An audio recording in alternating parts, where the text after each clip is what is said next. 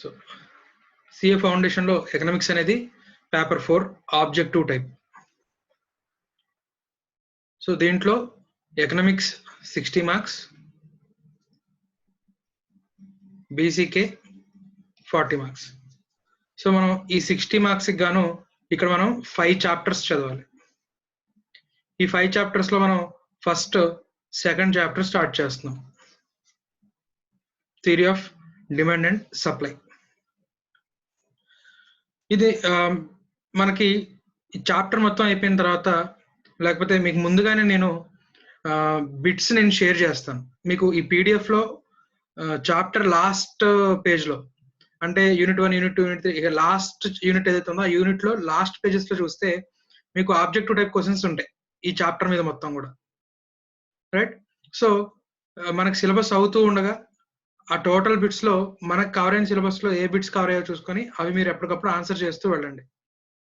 అది కాకుండా additional bits material నేను షేర్ చేస్తాను, అది కూడా ఆన్సర్ చేయండి.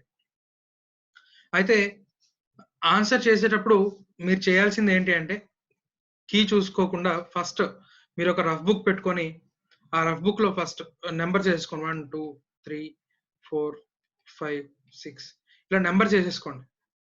నెంబర్స్ వేసుకున్న తర్వాత మీ ఆన్సర్ ఇక్కడ రాయండి. మీరు అనుకుంటున్న ఆన్సర్ ఏదైతే ఉందో అది ఏనో సీనో ఏదో ఒకటి ఆన్సర్ రాసుకుంటూ వెళ్ళండి. ప్రతి 10 బిట్స్ కి లేదా ప్రతి 15 బిట్స్ కి ఒకసారి కీ చెక్ చేసుకోండి. ఒకవేళ కీ రైట్ అయింది అనుకోండి, రైట్, ఇంకేం అవసరం లేదు. తప్పు అయితే కనుక దానికి కరెక్ట్ ఆన్సర్ ఇక్కడ కొట్టేసి ఇక్కడ రాయకుండా ఈ పక్కన రాసుకోండి. అలాగే నువ్వు ఏదైనా బిట్ ఆన్సర్ చేస్తున్నప్పుడు డౌట్ఫుల్ గా ఆన్సర్ చేస్తున్నావు, రైట్, అంటే చీకట్లో బాణం వేస్తున్నావు, కానీ కీలో అది ఏమైపోయిందంటే కరెక్ట్ అయిపోయింది. సో అలా నువ్వు ఏదైనా డౌట్ఫుల్ గా పెడుతున్నది అయితే ఉంటే ఆ ఆన్సర్ దగ్గర ఇలా ఒక చిన్న డాట్ పెట్టుకోండి. సో దట్ ఒకవేళ కరెక్ట్ అయినా కూడా నీకు ఆ డాట్ ఉంది కాబట్టి తర్వాత రివిజన్ టైంలో ఓకే ఇది నేను డౌట్ఫుల్ గా ఆన్సర్ పెట్టాను, రైట్, దీన్ని మళ్ళీ ఒకసారి రివైజ్ చేయాలి. లేదా తప్పైంది, రైట్, కరెక్ట్ ఆన్సర్ ఇక్కడ ఏ వచ్చింది. సో ఈ సెకండ్ బిట్ ని రివిజన్ టైంలో ఒకసారి మళ్ళీ మనం చూసుకోవడానికి ఆస్కారం ఉంటుంది, రైట్. సో బిట్స్ ఆన్సర్ చేసేటప్పుడు ఒక రఫ్ నోట్, అక్కడ ఒక చాప్టర్ ఇక్కడ ఒక చాప్టర్ కాకుండా ఒక సెపరేట్ గా ఒక బుక్ పెట్టండి. రూల్డ్ బుక్ అయితే ఇంకా బెటర్. తర్వాత నాన్న మనకి ఎగ్జామ్ లో మనకి ఏదైతే డిస్క్రిప్టివ్ పేపర్స్ ఏవైతే ఉన్నాయో అకౌంట్స్ లా వైట్ పేపర్స్ ఉండవు ఎగ్జామ్ హాల్లో, రూల్డ్ పేపర్స్ ఉంటాయి. సో మీరు అకౌంట్స్ వైట్, ఇప్పుడు మీరు నోట్ చేసుకునేది నోట్స్ కానీ ఇవన్నీ వైట్ బుక్ లో కానీ మీరు చేసుకుంటూ వెళ్తున్నారు అనుకోండి, ఎగ్జామ్ హాల్లో మీరు ఎంతో కొంత ఇబ్బంది ఫీల్ అవుతారు. సో రూల్డ్ బుక్సే యూజ్ చేయండి నోట్స్ రాసుకోవడానికి, అకౌంట్స్ నోట్స్ చేయడానికి, అకౌంట్స్ రాయడానికి కానివ్వండి, ప్రాక్టీస్ చేయడానికి కానివ్వండి, రైట్, క్లాస్ రూమ్ నోట్స్ రాసుకోవడానికి కానివ్వండి, దేనికైనా సరే రూల్డ్ బుక్సే యూజ్ చేయండి, రైట్. సో మనకి కొంచెం బుక్ కూడా, అంటే అకౌంట్స్ కి యూజ్ చేసే బుక్ కూడా ఐటీసీ మహాలాంగ్ అయితే బెటర్, అంటే అలాంటిది అదే కాదు, కొంచెం మనకి వెడల్పు ఎక్కువ ఉండాలి, బుక్స్ విడ్త్ ఎక్కువ ఉండాలి, రైట్. అలాంటి బుక్స్ అయితే మనకి అకౌంట్ చేయడానికి, మనకి క్యాష్ బుక్ కానివ్వండి ఇలాంటివన్నీ కూడా వేయడానికి మళ్ళీ బుక్ ఇలా అడ్డంగా తిప్పాల్సిన అవసరం లేకుండా ఉంటుంది, రైట్. సో రూల్డ్ బుక్సే యూజ్ చేయండి అకౌంట్స్ కానీ దేనికైనా సరే, రూల్డ్ బుక్సే యూజ్ చేయండి, రైట్. సరే, మనం సిలబస్ లోకి వెళ్దాం నాన్న. మనకి సిఏ ఫౌండేషన్ లో మైక్రో ఎకనామిక్స్ మాత్రమే ఉంది, రైట్. సిబిటీలో మైక్రో ఎకనామిక్స్ కూడా ఉండేది. సో మ్యాక్రో తీసుకెళ్లి సిఏ ఇంటర్ లో పెట్టాడు, రైట్. సో ఓన్లీ మనకి ఫౌండేషన్ ఓన్లీ మైక్రో ఎకనామిక్స్ ఒకటే పెట్టాడు. సో అసలు మనం ఎకనామిక్స్, ఈ మైక్రో ఎకనామిక్స్ మెయిన్ ఏమేంటి అంటే ప్రైసింగ్.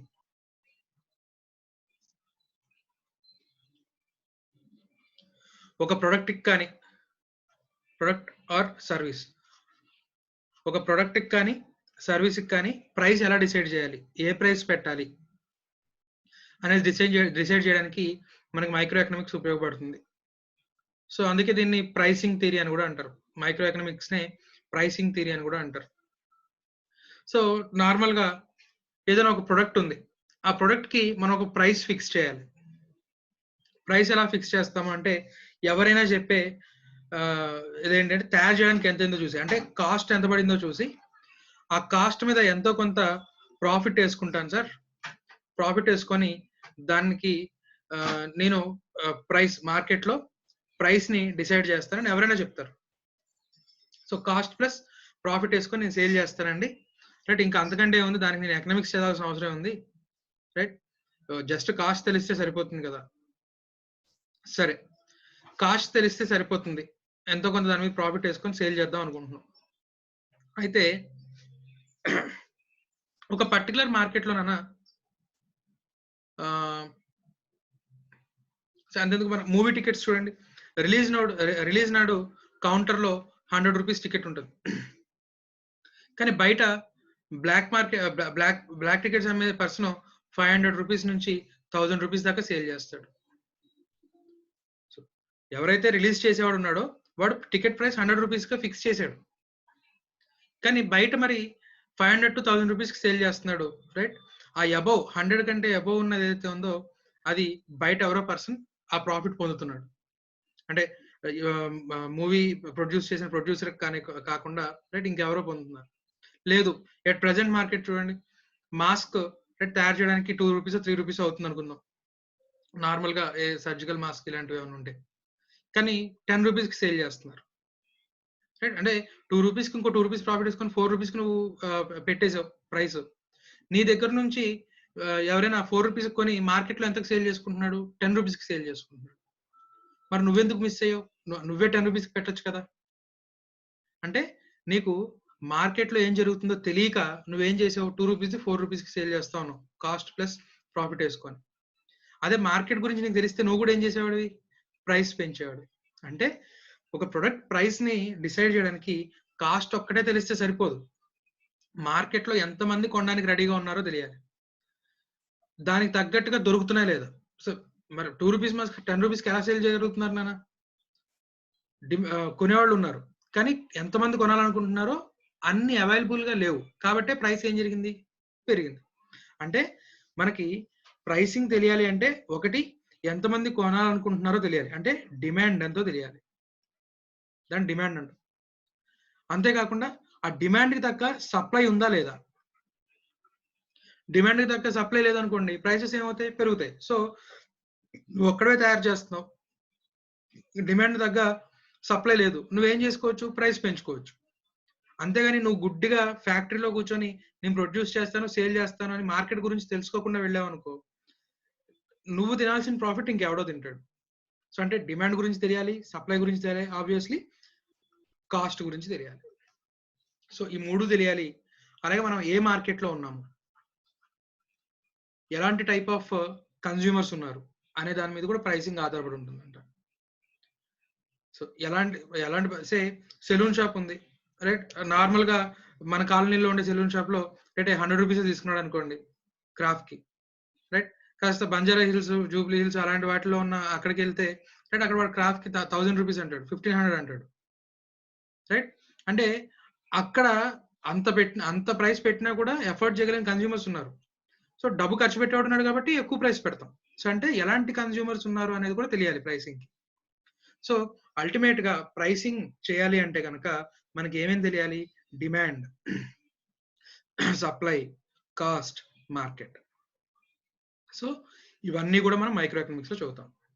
సో సెకండ్ చాప్టర్ లో డిమాండ్ అండ్ సప్లై గురించి చూస్తాం, థర్డ్ చాప్టర్ లో కాస్ట్ గురించి చూస్తాం, ఫోర్త్ చాప్టర్ లో మార్కెట్ గురించి చూస్తాం, రైట్. సో అల్టిమేట్ గా ఒక ప్రొడక్ట్ కి ప్రైస్ ఫిక్స్ చేయడం అనేది మైక్రో ఎకనామిక్స్ యొక్క ఎయిమ్, రైట్. కాస్ట్ లో కూడా మనం కాస్ట్ చాప్టర్ చదివేటప్పుడు చూస్తాం నాన్న, రైట్. మనం జస్ట్ కాస్టింగ్ లో మనం ఏవైతే అంటే ఒక ప్రొడక్ట్ ని కాస్టింగ్ చేసేటప్పుడు ఏవైతే తీసుకుంటున్నామో మనకు తెలియని కాస్ట్లు కూడా కొన్ని ఉంటాయి, వాటిని కూడా తీసుకుంటేనే మనం ప్రాఫిట్ ఎర్న్ చేయగలం, రైట్. సో అలాంటి కాస్ట్లు కూడా మనం కాస్ట్ లో చూస్తాం. సో ఇప్పటి వరకు చెప్పిన దాంట్లో డౌట్లు ఏమైనా ఉన్నాయో అడగండి నాన్న.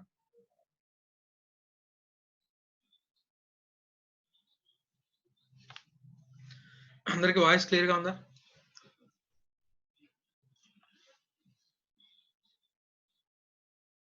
చెప్పండి, అన్మ్యూట్ చేసి చెప్పండి. అందరికి వాయిస్ క్లియర్ గానే ఉందా? క్లియర్ గా ఉంది. Yes, sir. Yes, sir. Yes, sir. Yes, sir. Yes, sir. Yes, sir. Okay, mute చేసేసేయండి.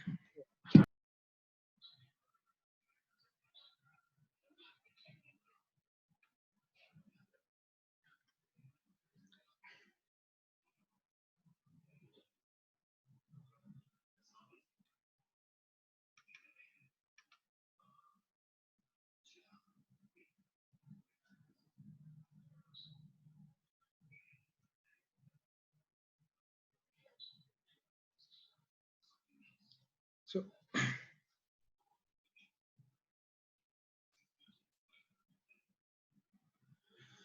నాన్న మీకు పోల్ ఏమైనా కనబడుతుందా? క్వశ్చన్స్ అక్కడ ఏమైనా కనబడుతున్నాయా స్క్రీన్ మీద? వాటిని ఆన్సర్ చేయండి. సో మీకు బైక్ కానీ, స్పోర్ట్స్ బైక్ కానీ, స్కూటీ కానీ కావాలా?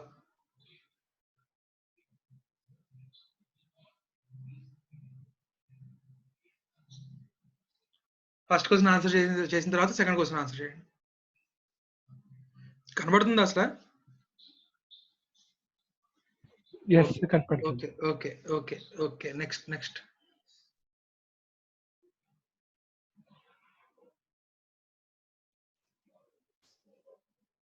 ఇంకా 9 మంది చేయాలి ఆన్సర్. ఇంకా 4 చేయాలి.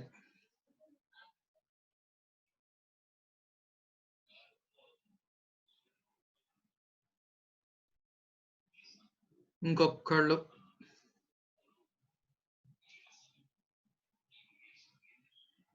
ఇంకొకళ్ళు చేయాలి. ఎవరు చేయలేదు? సరే నన్ను మీకు రిజల్ట్స్ కనబడుతున్నాయా? ఓన్లీ మీకు ఆన్సర్ చేసిందేనా?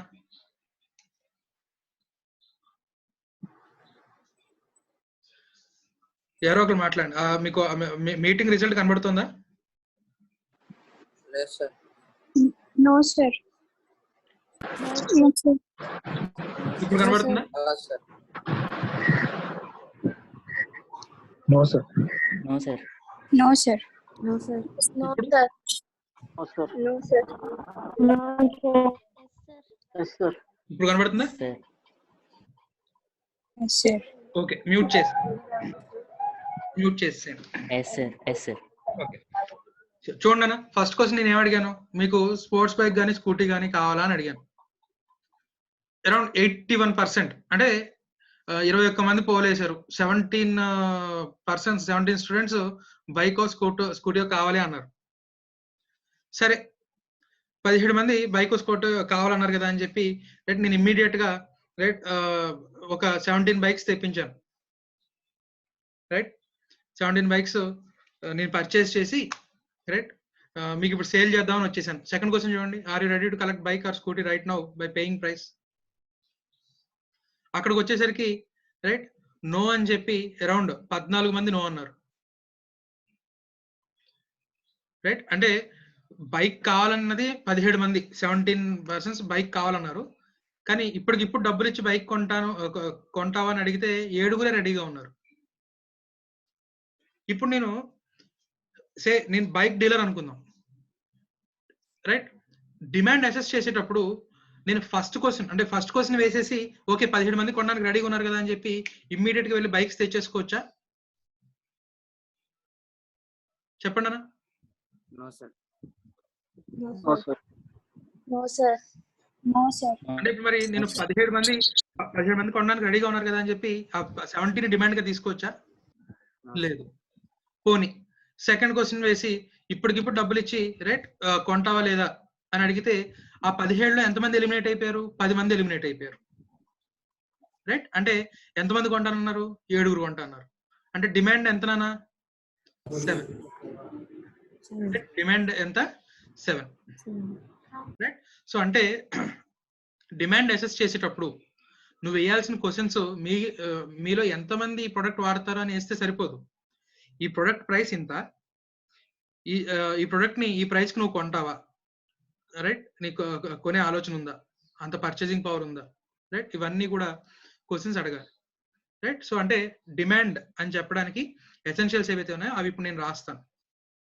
రైట్, ఇది క్లోజ్. ఇది అర్థమైందా? నేను పోల్ ఎందుకు ఇచ్చానో అర్థమవుతుందా? సింపుల్ గా ఆ ప్రొడక్ట్ యూజ్ చేద్దాం అనుకునే వాళ్ళు ఎవరైతే ఉన్నారో దాన్ని మనం డిమాండ్ గా తీసుకోకూడదు.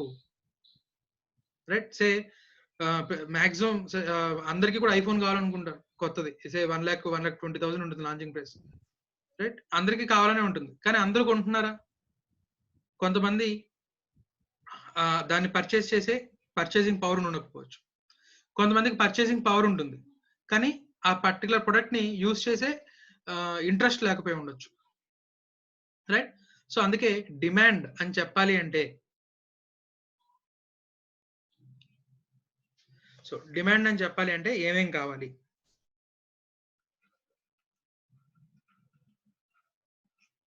సో ఒకటి, willingness to buy. ఆ పర్టికులర్ ప్రొడక్ట్ ని కొనాలి అనే ఆలోచన ఉండాలి. ఆలోచన ఉంటే సరిపోదు,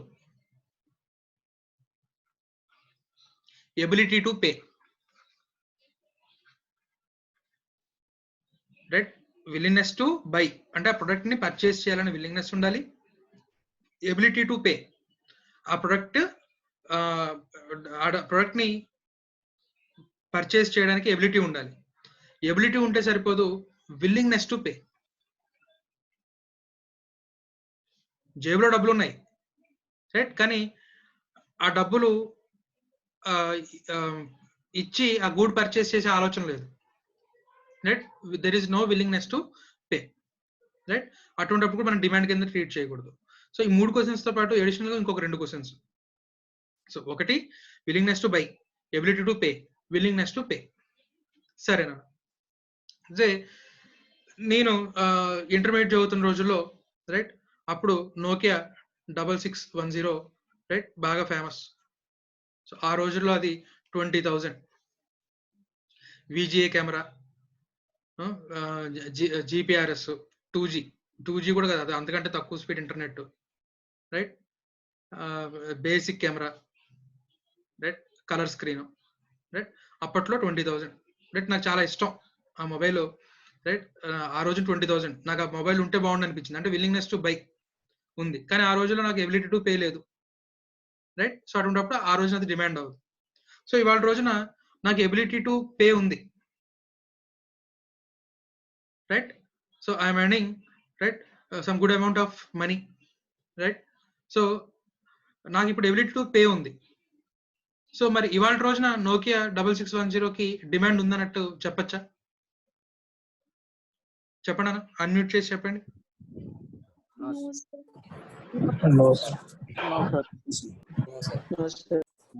రైట్,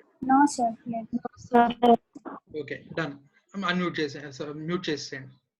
సో అంటే నువ్వు ఇంకో క్వశ్చన్ ఎప్పుడు వేయాలి? అదే demand is a flow concept అంటాం. For a particular period, particular time అని రాద్దాం. సో అంటే ఆ పర్టికులర్ టైంలో మనం ఏ రోజైతే క్వశ్చన్స్ వేస్తున్నామో జనాల్ని, అంటే ఏ రోజైతే మనం సర్వే చేస్తున్నామో ఆ రోజుకి, రైట్, అండ్ ఆ రోజున్న ప్రైస్ కి, ఆ పర్టికులర్ టైంలో ఉన్న ప్రైస్. సో ఆ పర్టికులర్ టైంలో మనం ఏ రోజైతే సర్వే చేస్తున్నామో ఆ రోజులో, ఆ సర్వే చేస్తున్న టైంలో ఆ ప్రైస్ కి willingness to pay, ability to pay, willingness to buy, willingness to buy, ability to pay, willingness to pay అనేది ఉంటేనే, రైట్. సో ఈ పర్టికులర్ పాయింట్ ఆఫ్ టైంలో ఆ పర్టికులర్ ప్రైస్ లో ఈ 3 ఉంటేనే దాన్ని మనం డిమాండ్ గా ట్రీట్ చేయొచ్చు. ఓకేనా? అర్థమైందా? సో అదే మీకు ఇక్కడ మీకు డౌన్లోడ్ చేసుకోమన్న మెటీరియల్ ఏదైతే ఉందో ఆ మెటీరియల్లో మీకు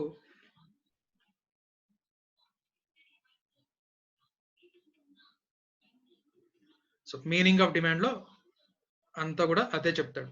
ఇక్కడ వరకు కూడా మీనింగ్ ఆఫ్ డిమాండ్ అనేది మీకు అదే చెప్తాడు. Okay,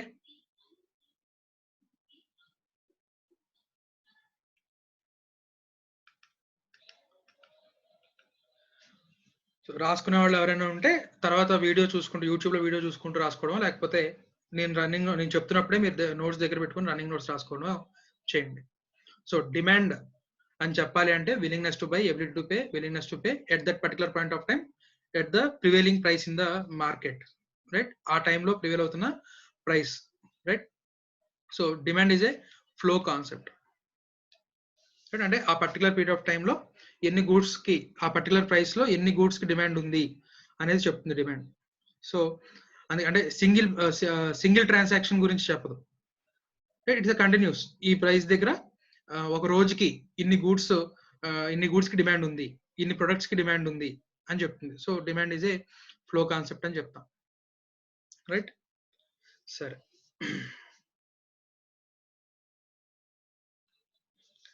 next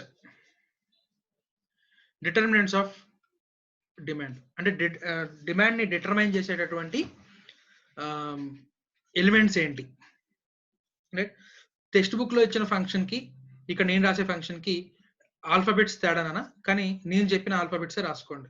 demand function, determinants of demand, అలాగే డిమాండ్ ఫంక్షన్ అంటాం. సో ఇప్పుడు నేను ఏదైతే ఫంక్షన్ రాస్తున్నానో ఆ ఫంక్షన్ బేస్డ్ గా డిటర్మినెంట్స్ చెప్పుకుంటూ వెళ్తాను. So demand is function of price of related goods, income, tastes and preferences, future expectation of prices, advertisement, other factors. ఓకేనా? సో ఇక్కడ నేను మళ్ళీ ఇప్పుడు ఇవన్నీ రాయను. పి అంటే ఏంటి? Price of the good. అంటే మనం ఏ ప్రొడక్ట్ యొక్క డిమాండ్ ని అసెస్ చేస్తున్నామో ఆ ప్రొడక్ట్ యొక్క price. Okay, price of related good. So ఇప్పుడు మనం డిమాండ్ అసెస్ చేస్తుంది ఒక థమ్స్అప్ ప్రొడక్ట్ గురించి మనం డిమాండ్ అసెస్ చేస్తున్నాం. So price of Thums Up, right? So price of related goods రెండు రకాలు, సబ్స్టిట్యూట్స్, కాంప్లిమెంటరీస్. రిలేటెడ్ గూడ్స్ రెండు రకాలు, సబ్స్టిట్యూట్స్, కాంప్లిమెంటరీస్. సో సబ్స్టిట్యూట్ కి ఎగ్జాంపుల్ చెప్పండి అన్న, అన్మ్యూట్ చేయండి. మనం థమ్స్ అప్ అని చెప్పుకున్నాం, పెప్సీ, కోక్, ఇవన్నీ కూడా ఏమవుతాయి?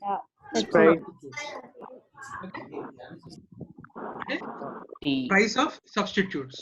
ప్రైస్ ఆఫ్ సబ్స్టిట్యూట్ మన ప్రొడక్ట్ డిమాండ్ ని ఎలా ఎఫెక్ట్ చేస్తాయి? Demand, quantity demand. మన గూడ్ ఏదైతే ఉందో మన గూడ్ ప్రైస్ డిమాండ్ ఎలా ఎఫెక్ట్ చేస్తుంది, అలాగే ప్రైస్ ఆఫ్ సబ్స్టిట్యూట్ ఎలా ఎఫెక్ట్ చేస్తుంది చూస్తాం. కాంప్లిమెంటరీ అంటే మనం ఏదైతే చేస్తున్నామో ఆ గూడ్ ని తయారు చేయడానికి ఏవైతే ఇంగ్రీడియంట్స్ కావాలో వాటన్నిటిని కాంప్లిమెంటరీ అనుకోవచ్చు. సో థమ్స్ అప్ కాంప్లిమెంటరీస్ చెప్పండి అన్న.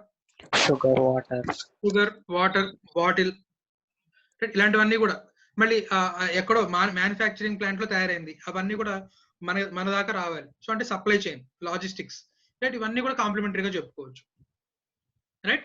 సో ప్రైస్ ఆఫ్ కాంప్లిమెంటరీ మన ప్రొడక్ట్ యొక్క డిమాండ్ ని ఎలా ఎఫెక్ట్ చేస్తుంది అనేది అది కూడా ఒక డిటర్మినెంట్, రైట్? నెక్స్ట్ కన్స్యూమర్ యొక్క ఇన్కమ్ డిమాండ్ ని ఎలా ఎఫెక్ట్ చేస్తుంది. మ్యూట్ చేసేసేయండి, అందరూ మ్యూట్ చేసేసేయండి, డిస్టర్బెన్స్ వస్తా ఉంది, రైట్? సో కన్స్యూమర్ యొక్క ఇన్కమ్ డిమాండ్ ని ఎలా ఎఫెక్ట్ చేస్తుంది అనేది ఇన్కమ్ లో చూస్తాను. సరే, దీని గురించి ఎక్స్ప్లెనేషన్ చూద్దాం. సో మూడోది టేస్ట్ అండ్ ప్రిఫరెన్సెస్, రైట్?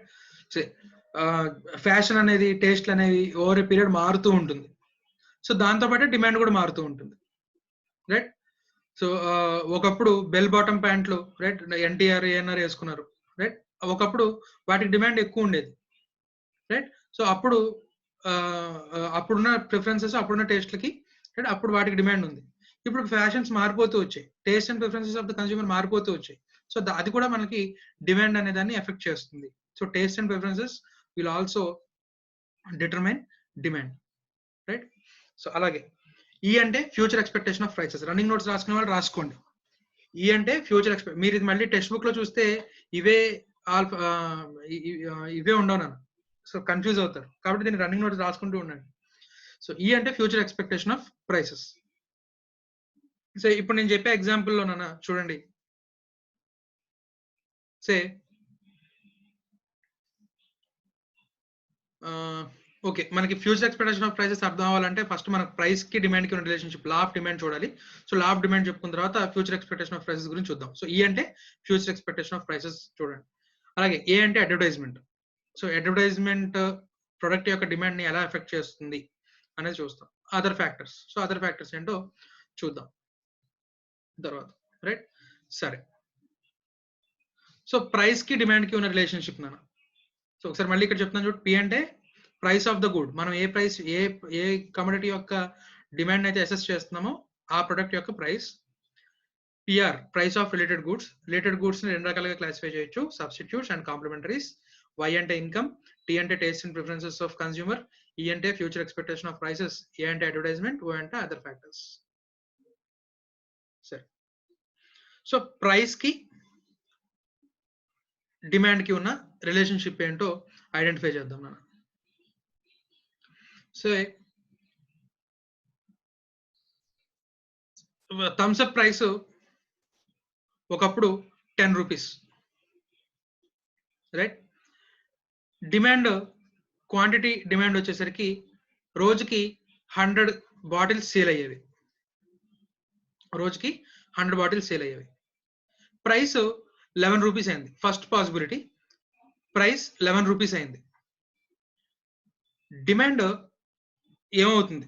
ఇంకా రోజుకి సేల్ అయ్యే బాటిల్స్ 100 కంటే ఎక్కువ, 100 కంటే తక్కువ ఉంటాయా? తక్కువ ఉంటాయి సార్. 100 కంటే తక్కువ ఉంటుంది, అంటే లెస్ దాన్ 100.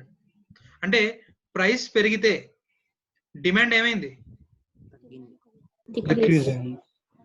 ఒకవేళ సెకండ్ పాసిబిలిటీ, ప్రైస్ 9 రూపీస్ అయింది, అంటే 10 రూపీస్ తో పోల్చుకుంటే 1 రూపాయి తగ్గింది, అంటే డిమాండ్ పెరుగుద్ది సార్. ఏమవుతుందన్నా? పెరుగుద్ది డిమాండ్ ఏమవుతుంది? ఇంక్రీజ్ అవుతుంది. అంటే ప్రైస్ తగ్గితే డిమాండ్ ఏమైంది? ఇంక్రీజ్ అయింది. ఇది ఏ రిలేషన్షిప్ నాన్న? Direct relationship, indirect relationship? Indirect relationship. Price కి డిమాండ్ కి ఉన్న రిలేషన్షిప్ ఏంటి నాన్న? Negative relationship. ఆర్ దీన్ని ఏమంటాం? Are indirect relationship. అంటే ప్రైస్ కి డిమాండ్ కి ఉన్న రిలేషన్షిప్ ఏంటన్నా? నెగటివ్. రైట్? ప్రైస్ కి డిమాండ్ కి రిలేషన్షిప్ ఏంటి? మ్యూట్ చేసేసేయండి. Next,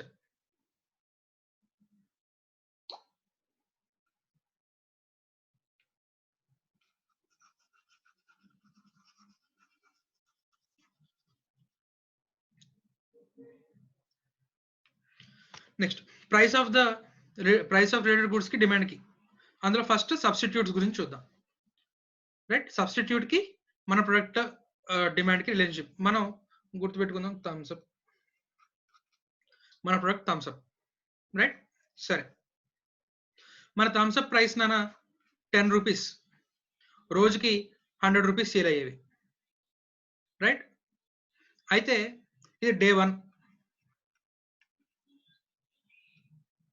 day 2 Thums Up price ఏం మారలేదు, 10 రూపీసే, right? So possibility A, possibility B, రెండు పాసిబిలిటీస్ చెప్తాను. ఆ రెండు పాసిబిలిటీస్ లో ఏం జరుగుతుందో నాకు చెప్పండి. పెప్సీ ప్రైస్ 9 రూపీస్ అయింది నాన్న, అంటే 10 రూపీస్ ఉండేది కాస్త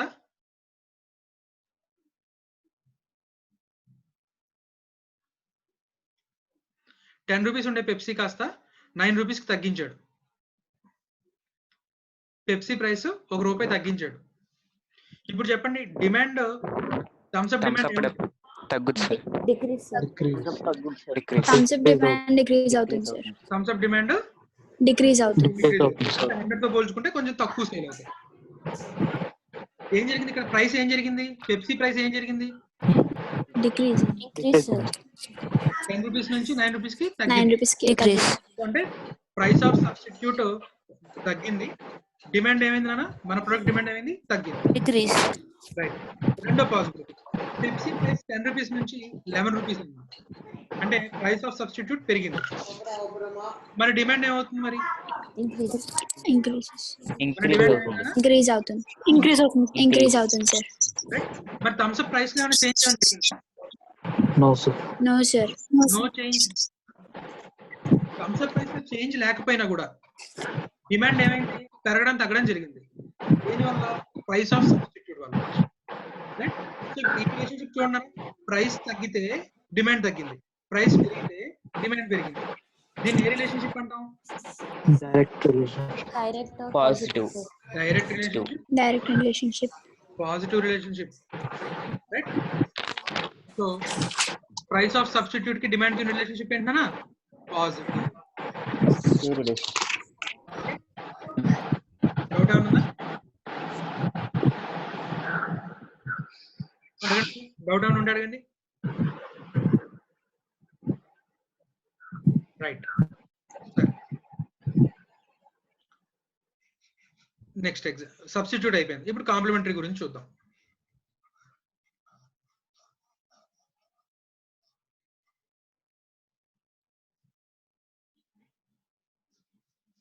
same example, day 1 Thums Up 10 rupees, sales 100 units sale అయ్యేవి, quantity demanded, price.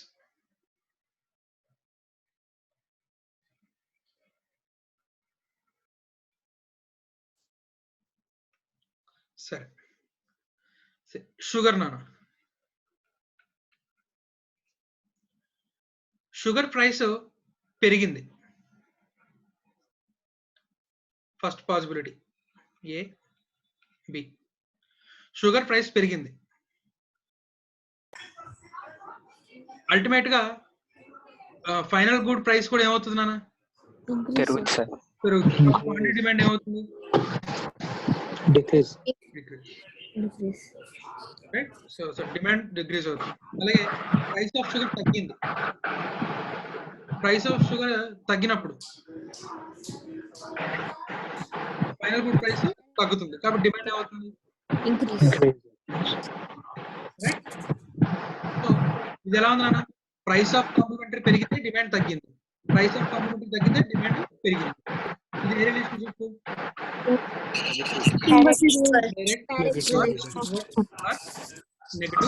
Negative. So price of complementary demand కి రిలేషన్షిప్. ఏమైనా డౌట్స్ ఏమైనా ఉన్నాయా?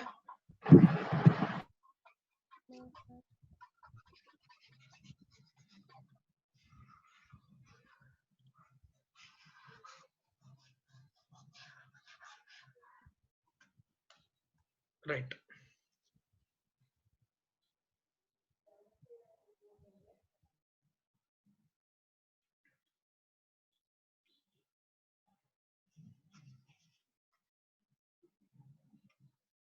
Next why.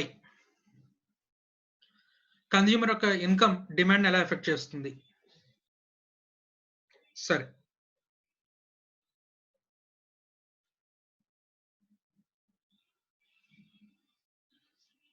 ఇన్కమ్ బేస్డ్ గా మనం గూడ్స్ ని 3 రకాలుగా క్లాసిఫై చేయొచ్చు నాన్న.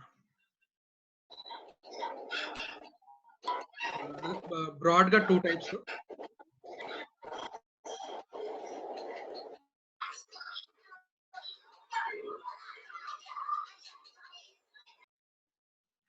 బ్రాడ్ గా 2 టైప్స్.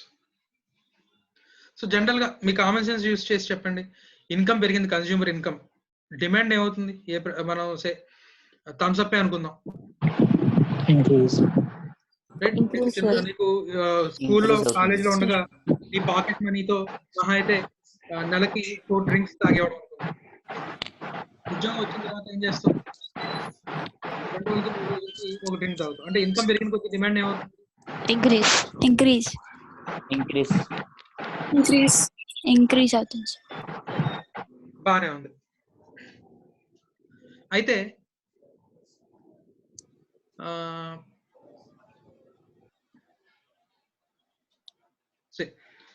నీ పాకెట్ మనీ రోజుకి ఒక 1 రూపీ ఉన్నప్పుడు, రైట్, నువ్వు జస్ట్ ఒక సోడా తాగేవాడు.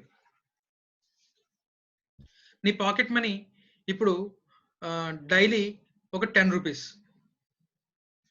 సోడానే తాగుతావా?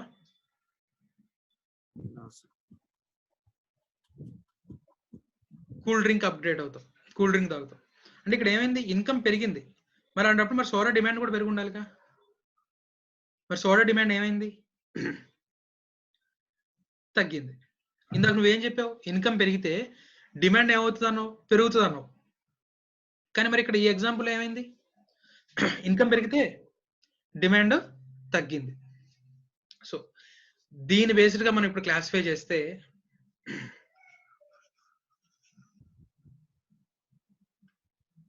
నార్మల్ గుడ్, ఇన్ఫీరియర్ గుడ్, రెండు రకాలుగా క్లాసిఫై చేయొచ్చు. Normal good, inferior good. Normal good అనుకోండి, ఇన్కమ్ పెరిగితే డిమాండ్ కూడా ఏమవుతుంది, ఇంక్రీజ్ అవుతుంది. నార్మల్ గుడ్ అయితే డిమాండ్ పెరిగితే ఇన్కమ్ పెరిగితే డిమాండ్ కూడా పెరుగుతుంది. అదే ఇన్ఫీరియర్ గుడ్, ఇన్కమ్ పెరిగితే డిమాండ్ ఏమవుతుంది, తగ్గుతుంది. ఓకేనా? నార్మల్ గుడ్ అయితే కనుక ఇన్కమ్ పెరిగితే డిమాండ్ పెరుగుతుంది, ఇన్ఫీరియర్ గుడ్ అయితే ఇన్కమ్ పెరిగితే డిమాండ్ తగ్గుతుంది. తర్వాత మనం questions, objective type questions answer చేసేటప్పుడు మీరు దీన్ని జాగ్రత్తగా గుర్తుపెట్టుకోవాలి. లెక్కలో చెప్తాడు, ప్రాబ్లంలో అడుగుతాడు, X is a normal good, income పెరిగింది, డిమాండ్ ఏమవుతుంది అని అడుగుతాడు. లేదా X is a inferior good, income తగ్గింది, డిమాండ్ ఏమవుతుంది అని అడుగుతాడు. సో అది నార్మల్ గుడ్ అడిగాడా, ఇన్ఫీరియర్ గుడ్ అడిగాడా, చాలా క్లియర్ గా చూడాలి. సరే ఏమీ అడగలేదు, ఏమీ చెప్పలేదు, నార్మల్ కూడా ఇన్ఫీరియర్ కూడా ఏం చెప్పలా, అలాంటప్పుడు మనం డిఫాల్ట్ గా నార్మల్ గుడ్ తీసుకోవాలి. ఎజంప్షన్ ఏం తీసుకోవాలి, వాడు ఏమీ చెప్పకపోతే ఎజంప్షన్ ఏం తీసుకోవాలి, నార్మల్ గుడ్ గా తీసుకోవాలి. ఇవన్నీ బిట్స్ చేసేటప్పుడు మీరు బాగా గుర్తుపెట్టుకోవాల్సిన పాయింట్స్ ఇవి. నార్మల్ గా థియరీ ఎవరైనా చదువుకుంటారు, ఇదంతా మీకు చదివిన అర్థమైపోతుంది, రైట్? సో ఏమి బిట్ లో ఏమీ చెప్పకపోతే దాన్ని మీరు నార్మల్ గుడ్ గా అజ్యూమ్ చేసుకోవాలి. వాడు స్పెసిఫిక్ గా ఇన్ఫీరియర్ గుడ్ అని చెప్తే ఇన్ఫీరియర్ గుడ్ కి సంబంధించిన ఆన్సర్ మనం రాస్తాం. సో దీని బేస్డ్ ఇక్కడ మనం చెప్తే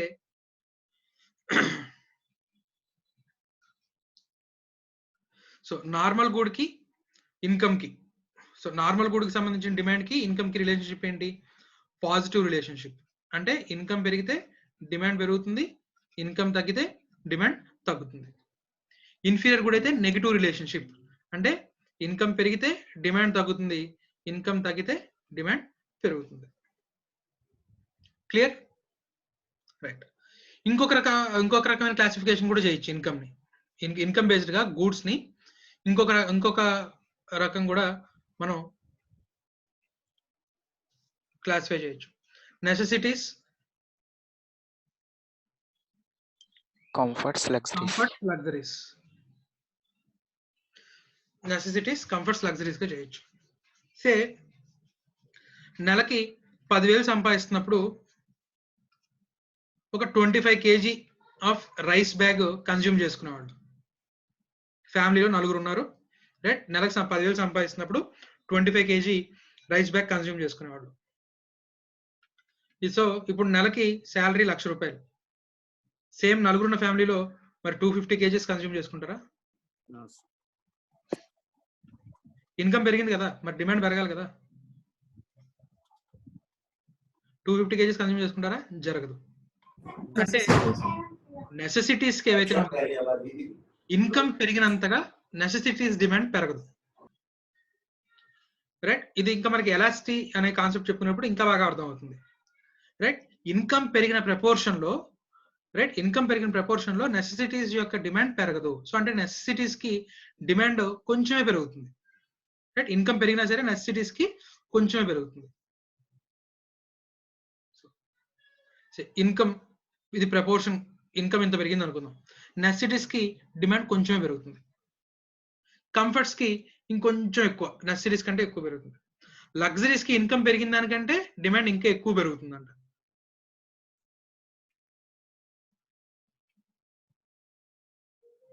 ఎలాసిటీ అనే కాన్సెప్ట్ చెప్పుకునేటప్పుడు చెప్పుకుంటాం మనం.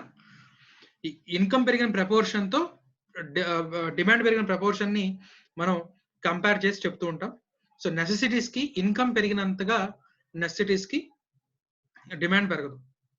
కంఫర్ట్స్ అండ్ లగ్జరీస్ కి పెరుగుతుంది కానీ, రైట్?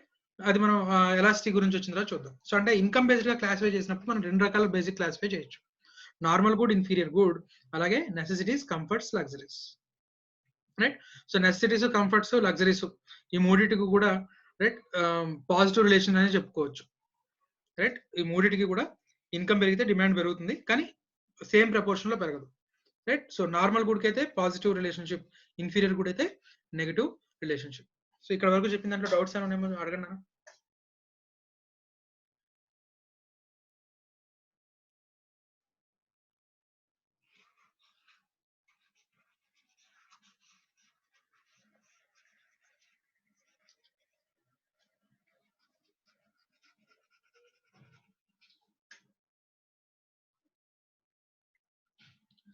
సో సింపుల్ గా చెప్పాలంటే ఇన్కమ్ బేస్డ్ గా క్లాసిఫై చేసినప్పుడు normal good, inferior good.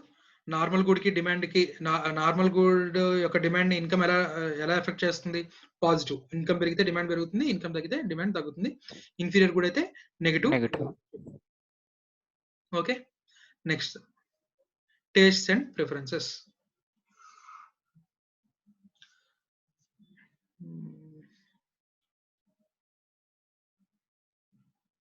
So taste and preferences. Public ఆ పర్టికులర్ గూడ్ కి ఫేవరబుల్ గా ఉన్నారనుకోండి. సే ఒకప్పుడు కూల్ డ్రింక్స్ లో పెస్టిసైడ్స్ ఉన్నాయి అని చెప్పి అన్నారు.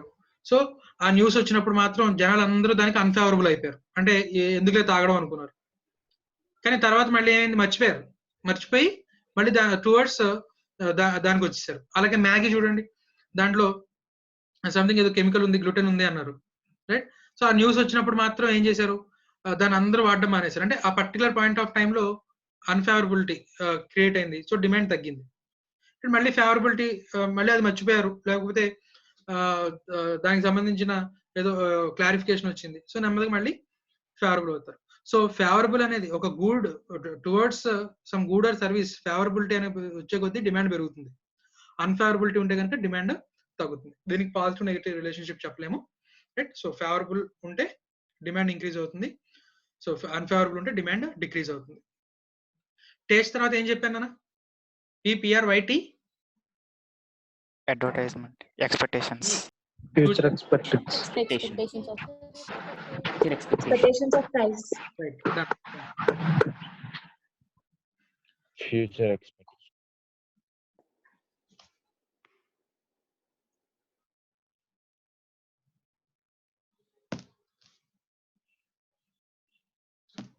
రైట్. సరే, ఇక్కడ ఒక ఎగ్జాంపుల్ చూద్దాం మనం.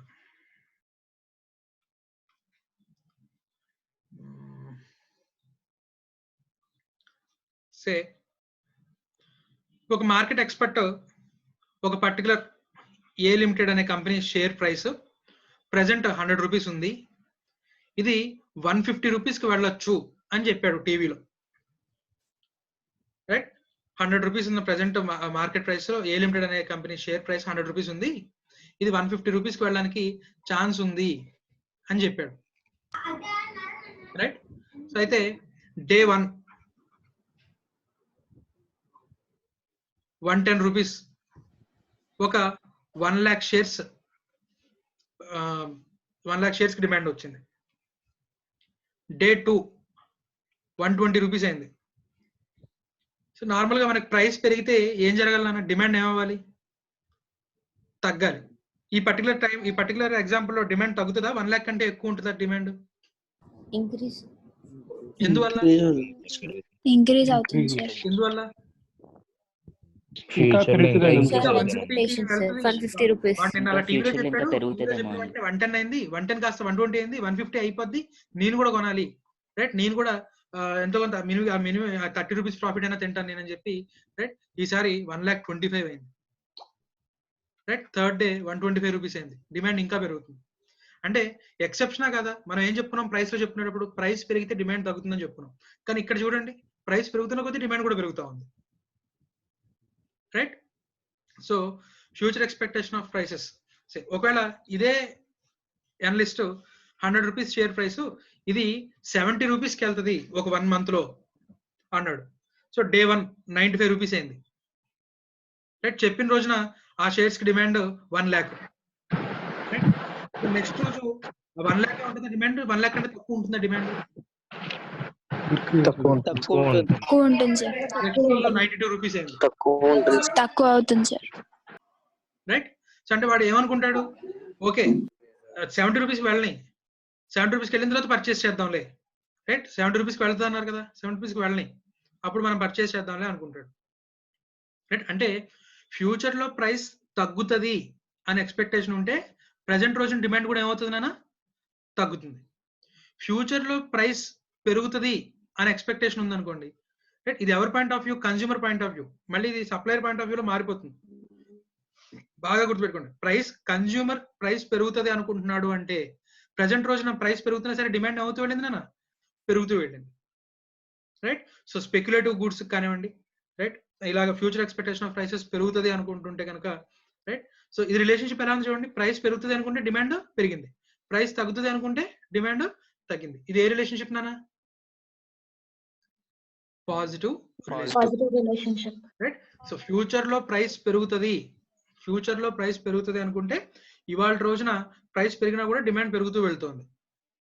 This is exception to law of demand. Law of demand లో ఏం చెప్పాం, ప్రైస్ పెరుగుతుంటే డిమాండ్ తగ్గుతుంది అని చెప్పాం. కానీ ఇక్కడ ఏం జరిగింది, ఫ్యూచర్ లో ప్రైస్ పెరుగుతుంది అనే ఎక్స్పెక్టేషన్ ఉంది, అందుకే ప్రైస్ పెరుగుతూ ఉంది, డిమాండ్ కూడా పెరుగుతూ వెళ్ళింది, రైట్. సో అలాగే ప్రైస్ తగ్గుతుంది, ఫ్యూచర్ లో ప్రైస్ తగ్గుద్ది అన్నాడు అనుకోండి, ఓకే ప్రైస్ తగ్గిన తర్వాత కొందాం ఇప్పుడు వద్దులే అనుకొని డిమాండ్ తగ్గిస్తారు. సో ఒకవేళ ఫ్యూచర్ లో ప్రైస్ తగ్గుద్ది అనుకుంటే డిమాండ్ కూడా తగ్గుతుంది. సో అందుకే ఫ్యూచర్ ఎక్స్పెక్టేషన్ ఆఫ్ ప్రైసెస్ కి డిమాండ్ కి ఉన్న రిలేషన్షిప్ పాజిటివ్ రిలేషన్షిప్.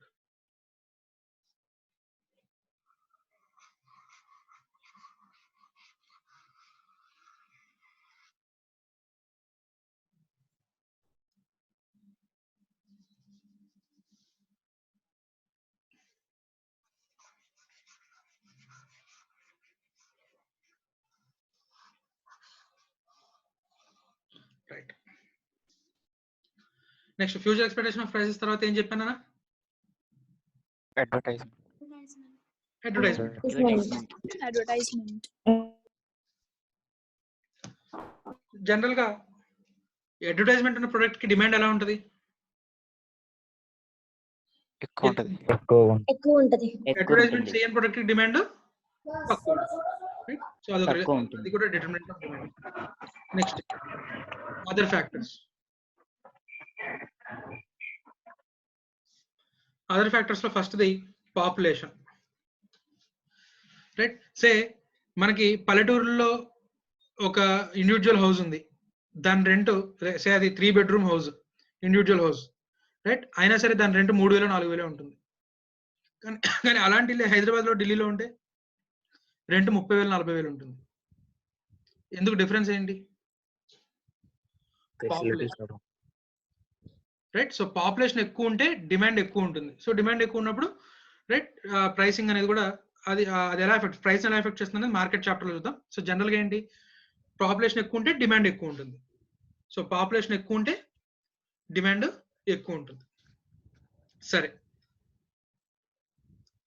సే మన స్టేట్ లో ఒక barber, right, just side seeing కోసం ట్రావెలింగ్, సరదాగా దేశాన్ని చూసొద్దాం అని చెప్పి, రైట్, టూర్ వెళ్ళాడు, రైట్. టూర్ వెళ్ళి పంజాబ్ అంతా తిరిగాడు ఒక వారం రోజులు. తిరిగిన తర్వాత, రైట్, ఇంకా వాడికి ఇక్కడ ఆంధ్రప్రదేశ్లో ఏపీలో బిజినెస్ చేసుకునే కంటే రైట్ పంజాబ్లో బిజినెస్ చేయడమే బెటరు, రైట్.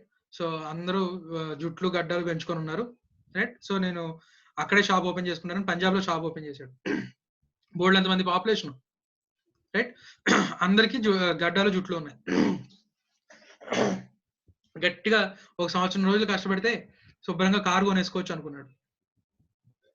ఏమవుతున్నా తినడానికి కూడా, రైట్, గింజ మిగలదు, దివాళా తీస్తాడు, ఐపీ పెట్టాల్సి వస్తుంది.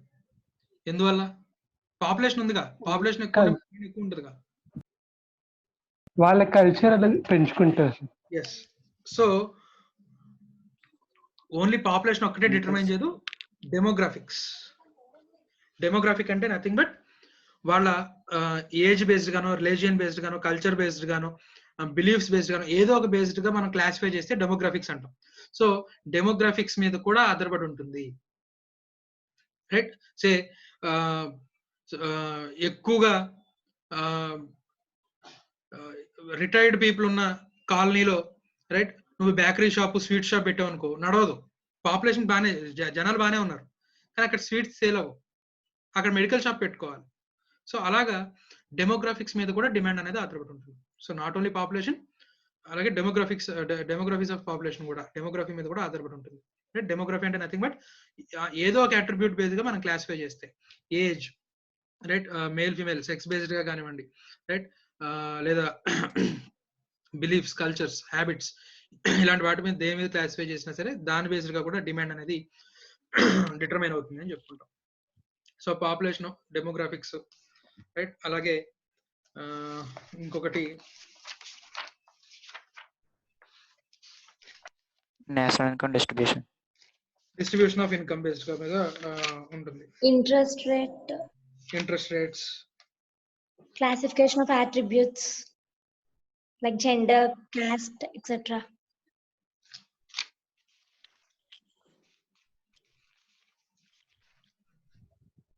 Right, size of population, composition of population, అలాగే level of national income distribution of income అని చెప్పొచ్చు.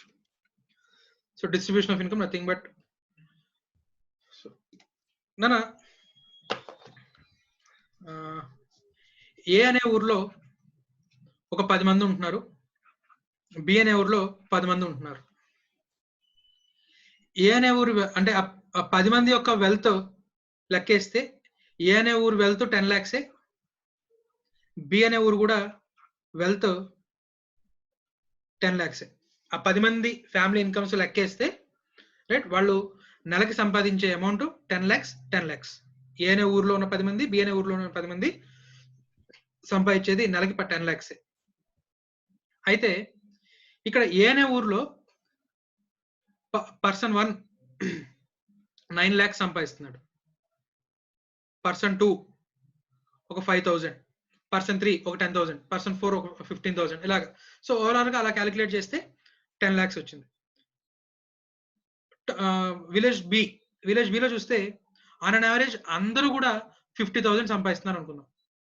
రైట్, సో 50,000 అటు ఇటుగా ఒకడు 70,000 అయి ఉండొచ్చు, రైట్, ఇంకోటి 1 lakh అయి ఉండొచ్చు, ఇంకోటి 1,20,000 అయి ఉండొచ్చు. సో ఆన్ అన్ యావరేజ్ గా 50,000 అటు ఇటుగా సంపాదిస్తున్నారు అందరూ కూడా. ఇప్పుడు ఏసీస్ సేల్ చేద్దాం అని చెప్పి ఏ అనే ఊర్లో, బి అనే ఊర్లో రెండిట్లో కూడా రైట్ షాప్ పెట్టాం అనుకుందాం. ఏ ఊర్లో ఎక్కువ ఏసీలు సేల్ అవుతాయి, ఏనా బి? Sir. Sir. ఎందువల్ల? Ability to pay. ఇప్పుడు ఏ అండ్ బి రెండిట్లోనూ మనకి విలేజ్ ఇన్కమ్ ఒకటే 10 lakhs, కానీ డిమాండ్ బిలో ఎక్కువ ఉంటుంది. ఎందుకు? అందరూ సమానంగా, అంటే డిస్ట్రిబ్యూషన్ ఆఫ్ ఇన్కమ్ ఎలా ఉంది, అందరూ సమానంగా సంపాదిస్తున్నారు. సో వెల్త్ అనేది ఈక్విటబుల్ గా డిస్ట్రిబ్యూట్ అయింది అందరికీ కూడా. సో ఎప్పుడైతే వెల్త్ అనేది ఈక్విటబుల్ గా డిస్ట్రిబ్యూట్ అయిందో డిమాండ్ ఎలా ఉంటుంది, ఓవరాల్ డిమాండ్ ఎక్కువ ఉంటుంది. ఇన్ఈక్వాలిటీ ఆఫ్ ఇన్కమ్ ఎక్కువ ఉంటే డిమాండ్ తక్కువ ఉంటుంది. So distribution of income equal గా ఉంటే డిమాండ్ ఎక్కువ ఉంటుంది, ఇన్ఈక్వల్ గా ఉంటే డిమాండ్ తక్కువ ఉంటుంది. రైట్, నెక్స్ట్ కన్స్యూమర్ క్రెడిట్, అలాగే ఇంట్రెస్ట్ రేట్. సో జనరల్ గా మనకి బ్యాంక్స్ లోన్ కనుక ఇవ్వాలంటే సెక్యూరిటీ పెట్టాలి. సో హౌసింగ్ లోన్ అయితే ఆ హౌస్ ఎలాగో తాగడ పెట్టేస్తాం, కార్ లోన్ ఇవన్నీ కూడా మనం సెక్యూరిటీ పెడతాం. రైట్, కానీ మనకి అప్పుడప్పుడు అవసరమైన అమౌంట్స్ అంటే సే బ్యాంక్స్ పర్సనల్ లోన్స్ ఇస్తాయి. పర్సనల్ లోన్ ఆ అమౌంట్ తో మనం ఏదైనా చేయొచ్చు. సో మనకి ఇప్పుడు కార్ లోన్ అన్నాం అనుకోండి, ఆ డబ్బులు తీసుకెళ్ళి కారే కొనాలి, ఆ specific purpose loans. Personal loan అంటే డబ్బులు తీసుకుంటాం, మన పర్సనల్ పర్పస్, వాడికి చెప్పాల్సిన అవసరం లేదు ఏ పర్పస్ యూజ్ చేస్తాం, ఎప్పుడు రీపే చేస్తాం చెప్తామో ఆ టైంకి రీపే చేసేయాలి. ఒకప్పుడు పర్సనల్ లోన్స్ చాలా చాలా చాలా స్ట్రింజెంట్ గా ఉండేవి, అంటే దొరికేది కాదు పర్సనల్ లోన్స్. కానీ ఇవాళ రోజున చూసారనుకోండి, ప్రతి రోడ్డు చివర ఒక గొడుగు పెట్టుకొని ధనీ మనీ అని, రైట్, ఇండియా బుల్స్ మనీ అని చెప్పి ఇవన్నీ కూడా ఏం చేస్తున్నారు, వెళ్ళి ఏలు ముద్ర వేసేస్తే ఒక 10,000 అకౌంట్ లో కొట్టేస్తున్నారు, లోన్ ఇచ్చేస్తున్నారు. లోను రోడ్డు మీద దొరికేస్తుంది లోను. రైట్, ఒకప్పుడు నువ్వు పర్సనల్ లోన్ అప్లై చేయాలంటే బ్యాంకుల చుట్టూ ఒక 10 రోజులు 20 రోజులు తిరిగితే కానీ శాంక్షన్ కానీ లోన్లు. ఇవాళ రోజున రోడ్డు మీద నువ్వు ఏలు ముద్ర వేస్తే నీ లోన్ నీకు వచ్చేస్తా ఉంది. సో ఒకప్పుడుకి మరి ఇప్పటికి రైట్ కన్స్యూమర్ క్రెడిట్ అనేది ఈజీ అయింది, లోన్ దొరకడం ఈజీ అయింది. సో ఆటోమేటిక్ గా డిమాండ్ కూడా ఏమవుతుంది అన్న, కన్స్యూమర్ క్రెడిట్ ఈజీగా ఉందనుకోండి, డిమాండ్ కూడా ఏమవుతుంది, ఎక్కువ పెరుగుతుంది. సో కన్స్యూమర్ క్రెడిట్ లిబరల్ గా ఉంటే, ఈజీగా లోన్ దొరుకుతూ ఉంటే డిమాండ్ పెరుగుతుంది. స్ట్రిక్ట్ గా ఉందనుకోండి డిమాండ్ తక్కువ ఉంటుంది. అలాగే ఇంట్రెస్ట్ రేట్స్, రైట్, ఇంట్రెస్ట్ రేట్లు ఎక్కువ ఉంటే అందరూ ఎక్కడే లోన్లు తీసుకుంటారా? లోన్లు తీసుకుని వెళ్ళి కార్లు, బైక్స్ పర్చేస్ చేస్తారా? ఇంట్రెస్ట్ రేట్ ఎక్కువ ఉంటే డిమాండ్ తక్కువ ఉంటుంది, ఇంట్రెస్ట్ రేట్ తక్కువ ఉంటే డిమాండ్ ఎక్కువ ఉంటుంది. రైట్. సే నిన్న ఆర్బీఐ మీటింగ్ లో ఏం చేశారు, ఇప్పుడు ఈ లాక్డౌన్ వల్ల స్లో డౌన్ అవుతుంది, రైట్, ఈ స్లో డౌన్ వల్ల డిమాండ్ తగ్గుతుంది అంటే జనాలు పర్చేస్ చేయడం మానేస్తారు. ఎప్పుడైతే పర్చేస్ చేయడం మానేస్తారో మ్యానుఫ్యాక్చరింగ్ యాక్టివిటీ ఆగిపోతుంది. ఎప్పుడైతే మ్యానుఫ్యాక్చరింగ్ యాక్టివిటీ ఆగిపోయిందో ఉద్యోగాలు పోతూ ఉంటాయి, అన్ఎంప్లాయ్మెంట్ పెరుగుతుంది. సో అందుకని ఏం చేశారు, government reserve bank of India interest రేట్లను తగ్గించింది. రైట్. సో ఎప్పుడైతే ఇంట్రెస్ట్ రేట్స్ ని తగ్గించిందో బ్యాంక్స్ కూడా లెండింగ్ ఇంట్రెస్ట్ రేట్స్ ఏం చేస్తాయి, తగ్గిస్తాయి. సో ఎప్పుడైతే లెండింగ్ ఇంట్రెస్ట్ రేట్స్ తగ్గించిందో జనాలు లోన్ తీసుకోవడానికి ఇష్టపడతారు. ఎప్పుడైతే లోన్ తీసుకున్నారో ఆ లోన్ ని దాని మీద ఇన్వెస్ట్ చేస్తారు. సో ఏదో ఒక గూడ్స్ ఏవో పర్చేస్ చేస్తారు. సో దట్ డిమాండ్ అనేది పెరుగుతుంది. సో మరీ దారుణంగా అన్ఎంప్లాయ్మెంట్ రాకుండా ఎంతో కొంత అన్ఎంప్లాయ్మెంట్ ని మనం అడ్డుకునే వాళ్ళు అవుతాం అని చెప్పి ఇంట్రెస్ట్ రేట్లని ఆర్బీఐ తగ్గించింది. సో ఆ విధంగా మనకి ఇంట్రెస్ట్ రేట్లు తగ్గితే డిమాండ్ పెరుగుతుంది, ఇంట్రెస్ట్ రేట్లు ఎక్కువ ఉంటే డిమాండ్ అనేది తగ్గుతుంది. రైట్. ఇక్కడ మనం తీసుకుంటున్న లోన్ రీపే చేద్దాం అనే ఉద్దేశం ఉన్నవాడి గురించి చెప్తున్నాం. రైట్. లోన్ తీర్చే ఉద్దేశం లేదనుకోండి, ఇంట్రెస్ట్ రేట్ ఎంతైనా పర్లేదు, ₹1,00,000 ఇప్పించరా బాబు అని అడుగుతాడు. రైట్. తీరుద్దాం అనే ఉద్దేశం ఉన్నవాడు ఏం అడుగుతాడు, ఇంట్రెస్ట్ రేట్ తక్కువ ఉన్న చోట చూసి నాకు ఒక 1 lakh ఇప్పించని అడుగుతాడు. రైట్. సో మనం అలాంటి వాళ్ళ గురించి ఇక్కడ ఎగ్జాంపుల్ తీసుకొని చెప్తాం. Right. So determinants of demand అయిపోయింది. రైట్. సో అలాగే మీకు దాని తర్వాత లాస్ట్ లో చెప్పాడు డిటర్మినెంట్స్ ఆఫ్ డిమాండ్ అని చెప్పి, అక్కడ మీకు డిమాండ్ ఫంక్షన్ ఇచ్చాడు. సో నేను మీకేమో డిమాండ్ ఫంక్షన్ ఫస్ట్ చెప్పి దాని బేస్ గా మీకు నేను ఎక్స్ప్లెయిన్ చేసుకుంటూ రావడం జరిగింది. రైట్. సో ఇవాళకి మనకి అది మీరు చదవండి అన్న. ఇక్కడ మీకు టేస్ట్ అండ్ ప్రిఫరెన్సెస్ లో మీకు ఒక వాడే పదం demonstration effect or snob effect or Veblen effect. Right. So అంటే ఈ డెమాన్స్ట్రేషన్ ఎఫెక్ట్ వల్ల కూడా డిమాండ్ అనేది ఎఫెక్ట్ అవుతుందని చెప్తున్నాడు. సో ఫర్ ఎగ్జాంపుల్, మీ ఇంట్లో ఆల్రెడీ కలర్ టీవీ ఉంది, రైట్, ఒకప్పుడు పెద్ద డబ్బా టీవీ. సో ఇప్పుడు అందరి ఇళ్లలో కూడా ఎల్సిడి, ఎల్ఈడి టీవీస్ ఉన్నాయి. రైట్. నీ టీవీ చాలా బాగా పనిచేస్తుంది, చాలా పర్ఫెక్ట్, అసలు ఎక్కడ గీత లేదు, ఏం లేదు, చాలా పర్ఫెక్ట్ గా పనిచేస్తుంది. అయినా సరే టీవీ ఎందుకు అప్గ్రేడ్ చేశారు, ఎల్సిడికి ఎల్ఈడికి ఎందుకు మారారు? రైట్. ఇది ప్రెస్టీజ్ క్వశ్చన్. అందరి ఇళ్లలో ఉంది, మా ఇళ్లలో కూడా అది ఉండాలి. రైట్. సో ఆ ఎఫెక్ట్ వల్ల కూడా ఏమవుతుందంటే డిమాండ్ అనేది పెరుగుతుంది. రైట్. సో ఒకప్పుడు మొబైల్ అనేది రైట్ ఎవరి దగ్గర కానీ ఉండేది కాదు. రైట్. ఇవాళ రోజున రైట్ ఎవరు కలిసినా సరే రైట్ ఎప్పుడో ఒక 5 సంవత్సరాల తర్వాత 6 years తర్వాత ఫ్రెండ్స్ కలుసుకున్నారు, రైట్, షేక్ హ్యాండ్ ఇచ్చుకుని ఇమీడియట్ గా నీ మొబైల్ నెంబర్ ఏంట్రా అని అడుగుతాడు. రైట్. సో నాకు మొబైల్ లేదు అనగానే మొబైల్ లేదా అని చెప్పి రైట్ ఏదో పెద్ద హత్య చేసినట్టుగా చూస్తారు. సో ఇప్పుడు అది ఎసెన్షియల్ అయిపోయింది. సో అందరి దగ్గర మొబైల్ ఉంది కాబట్టి నా దగ్గర కూడా ఉండాలి, మా ఫ్రెండ్ దగ్గర మొబైల్ ఉంది కాబట్టి నాకు కూడా మొబైల్ ఉండాలి అని చెప్పి రైట్ అలా మీరు ఏదైతే అంటున్నారో దాన్ని డెమాన్స్ట్రేషన్ ఎఫెక్ట్ అంటాం. సో ఆ డెమాన్స్ట్రేషన్ ఎఫెక్ట్ వల్ల కూడా డిమాండ్ అనేది ఎఫెక్ట్ అవుతుంది. రైట్. సో అది టేస్ట్ అండ్ ప్రిఫరెన్సెస్ లో చెప్తాడు. రైట్. అది నీకు ఆ గుడ్ వైపు గా టేస్ట్ ఎందుకు వచ్చింది, ప్రిఫరెన్స్ ఎందుకు వచ్చింది, పక్కనోడి దగ్గర ఉంది కాబట్టి. రైట్. పక్కనోడి దగ్గర ఉంది కాబట్టి నీకు ఇప్పుడు ఆ గూడు నీకు కూడా కావాలనిపిస్తుంది. రైట్. సో దీన్నే డెమాన్స్ట్రేషన్ ఎఫెక్ట్ అంటాం. సో ఇక్కడ వరకు కూడా మీరు చదవండి, చదివి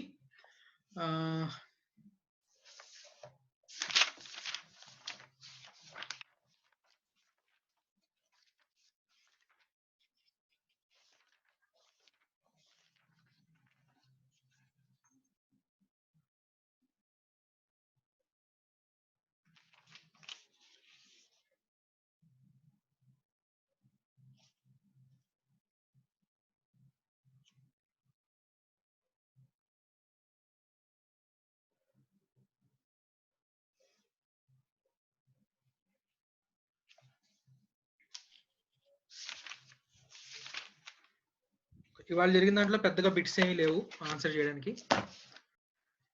సో మీరు చదవాల్సింది ఇవాళ పేజ్ నెంబర్ 2.26 నుంచి 2.29 వరకు డిమాండ్ ఫంక్షన్ వరకు. రైట్. ఇవాళ అక్కడ వరకు చెప్పుకున్నాం. రైట్. సో అది చదివి మీకు ఏమైనా డౌట్స్ ఉంటే రేపటి క్లాస్లో అడగండి. రేపు కూడా 2 to 3 క్లాస్. సో మీరు ఈ ఫార్మాట్ కి అలవాటు పడితే మండే నుంచి నేను మీకు ఇంకొక క్లాస్ ఏదో ఒకటి యాడ్ చేస్తాను. లా కానివ్వండి, స్టాటిస్టిక్స్ కానివ్వండి, ఇంకోటి ఏదైనా క్లాస్ అనేది మీకు యాడ్ చేస్తాను. రైట్?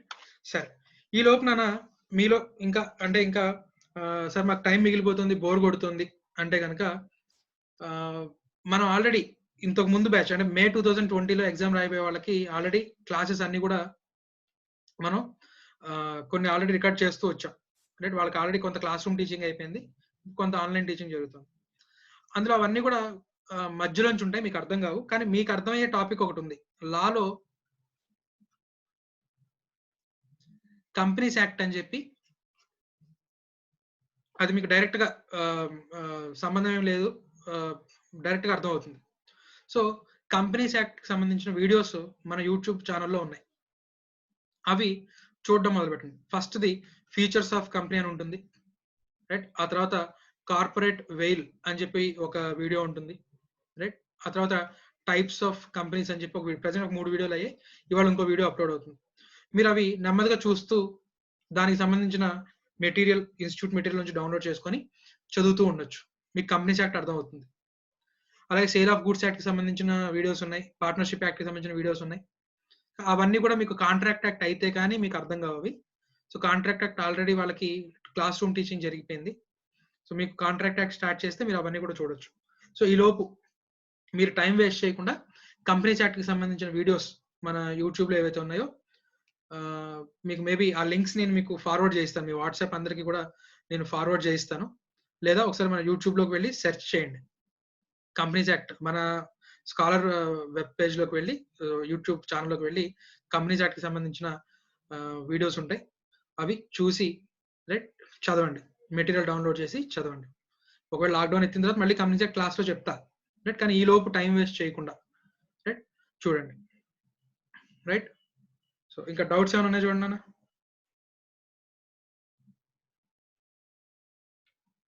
రేపు class timing same 2 to 3.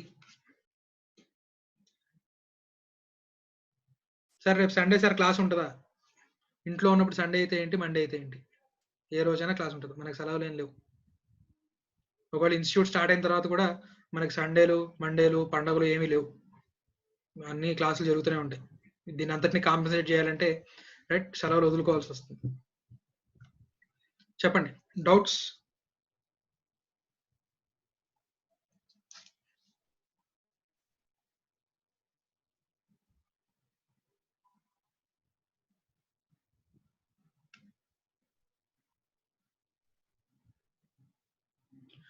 Doubts ఏమైనా చెప్పండి, ఒకసారి అడగండి.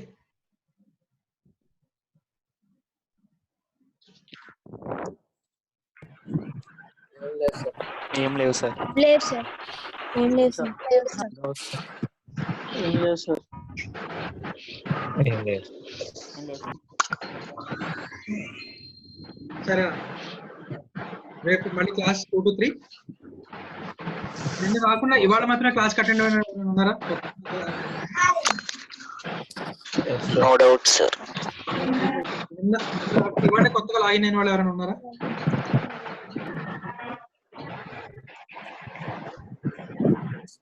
నిన్న క్లాస్ కి రాకుండా ఇవాళే వచ్చిన వాళ్ళు ఎస్ సార్. ఉన్నాను సార్. ఎవరైనా పేరు? Yes sir. Sai Surmil, Sai Krishna Surmil. Sai Krishna. Okay, ఇంకా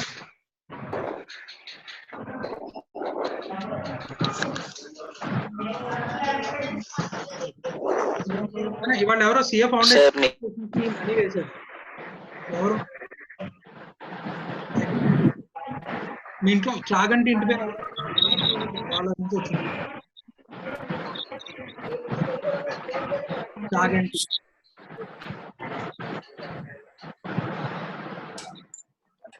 వాళ్ళ ఫౌండేషన్ అమౌంట్ వేశారు ఎవరు? Registration sir sir Raghuram sir. ఎవరినానా? నేను రఘురామ్ సార్. నువ్వా ఇవాళ వేసింది money? Yes sir. Okay okay పేరు ఎస్ సార్. మనీ వేసిన మేడంకి చెప్పండి. మనీ వేసాను పేరు చెప్పండి. ఎవరు వేసారో తెలియదు కదా. Yes sir. వేసిన వాళ్ళు మేడం కి స్క్రీన్ షాట్, మనీ వేసిన స్క్రీన్ షాట్ లేకపోతే మేడం ఇలా అమౌంట్ ఏదో ఒకటి మేడం అడగండి. Okay sign out. బాయ్. మళ్ళీ 2 to 3.